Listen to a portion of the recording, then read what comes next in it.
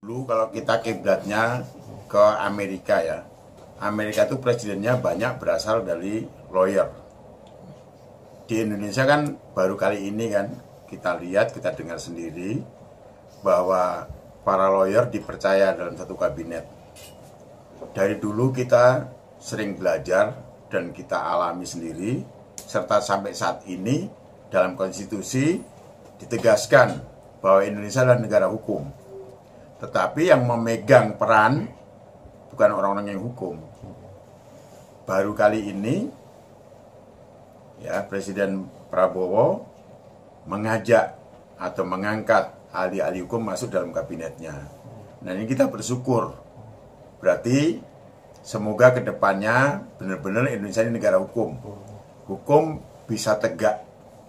Hukum akan melahirkan keadilan untuk kepentingan rakyat, bukan untuk kepentingan penguasa semata. Sebagaimana pidatonya kemarin bahwa diutamakan adalah untuk kepentingan rakyat. Nah, itu membanggakan ke depan Indonesia. Mudah-mudahan merah putih ini benar-benar menjiwai seluruh anggota kabinet, sehingga rakyat benar-benar akan menikmati apa yang dikemukakan pidatonya Presiden kemarin itu gitu. Jadi kita bangga karena Amerika selalu mempercayakan kepada para lawyer atau advokat atau ahli hukum lainnya untuk menata negaranya yang bisa menjadi superpower seperti itu. Walaupun ada ahli-ahli di bidang lain. Tetapi Indonesia sebagai negara hukum lebih diutamakan. Yang memegang peran harusnya orang-orang hukum, bukan bidang-bidang lainnya. Kecuali negara kita bukan negara yang berdasarkan hukum, itu boleh. Tapi kalau kita negara hukum, konstitusi bisa itu, kenapa orang hukum diabaikan? Kenapa ahli hukum diabaikan? Baru kali ini terlihat adanya ajakan atau melibatkan bahkan untuk ikut berperan aktif dalam kabinet merah putih ini. Sehingga saya mengucapkan selamat untuk Pak Prabowo sebagai Presiden Republik Indonesia.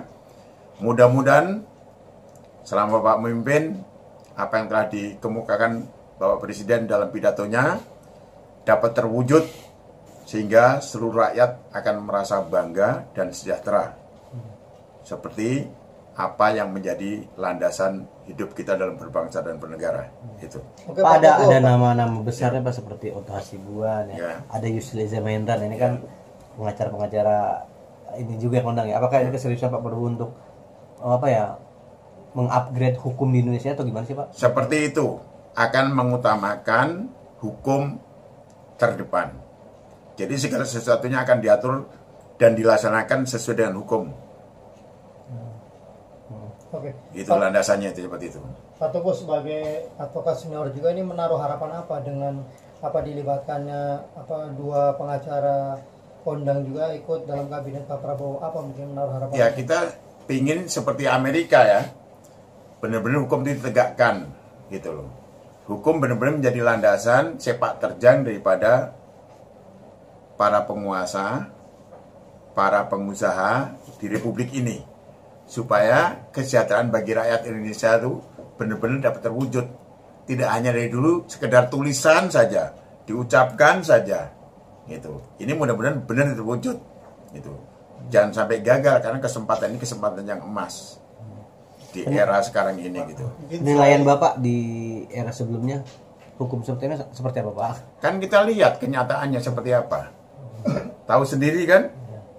Nggak perlu diceritakan bagaimana aparat penegak hukum dalam melakukan tugas kewajibannya sepak terjangnya. Masyarakat sudah tahu, itu bukan rahasia umum lagi. Jadi aparat penegak hukum seperti apa? Apa benar dia menjalankan hukumnya? Kita lihat kan, merasakan nggak teman-teman semuanya? Tinggalkan hal seperti itu, jangan ditiru. Itu seperti itu. Lakukan yang terbaik. Kalau kita melakukan yang terbaik, insya Allah Tuhan juga akan meridhoi hidup kita seperti itu. Tapi sebagai Bapak sebagai advokat senior mengontrol juga nggak sih, artinya walaupun sesama advokat nih, tapi kan kadang kalau sudah bergabung ke pemerintahan, kadang berubah juga nih, artinya mengikuti apa dari disetir partai. Ya. Kontrol juga nggak mungkin? Ya, kita sebagai masyarakat mesti mengontrol. Dan upaya-upaya itu kita lakukan kan. Hal lain misalnya sekarang Republik kita kan ada kegiatan-kegiatan, misalnya ada undang-undang tidak sesuai dengan konstitusi, kita bisa melakukan judicial review. Ada kebijakan politik yang nggak jalan, kita bisa melalui teman-teman kita di partai politik atau teman-teman kita di DPR. Kan diminta juga masukan-masukannya. Kita sebenarnya selalu mengontrol, tapi apakah input-input dari kita ini benar-benar dilaksanakan atau hanya sebagai alat bargaining, kita juga nggak tahu toh. Seperti itu. Tapi Pak Teguh setuju nggak dengan pemisahan antara, karena ini kan Menteri Hukum dan HAM ya, jadi pemisahan hukum dan HAM. Pak Teguh sendiri setuju nggak? Setuju saja, karena sangat luas sekali. Hukum kan mencakup segala kehidupan manusia. HAM-nya juga hak asasi manusianya sendiri, yang juga itu dasarnya pada ketentuan hukum juga. Setuju. Karena banyak kan masalah-masalah HAM yang masih sampai sekarang nggak jalan kan. Hanya sebagai bargaining power politik saja kan, itu terlihat seperti itu. Berarti ini lebih fokus ya. Jadi lebih fokus dan harus bisa diselesaikan tunggakan-tunggakan masalah hak asasi manusia di Indonesia ini.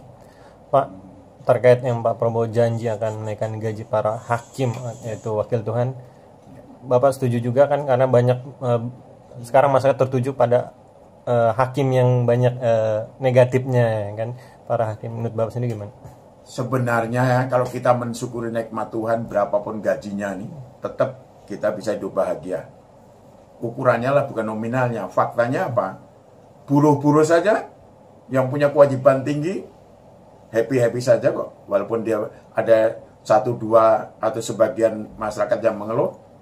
Jadi menurut saya serahkan aja kepada pemerintah. Pemerintah akan lebih tahu. Kemudian sebagai hakim, sudah belum melahirkan keadilan, menegakkan hukum dengan benar, karena dia wakil Tuhan.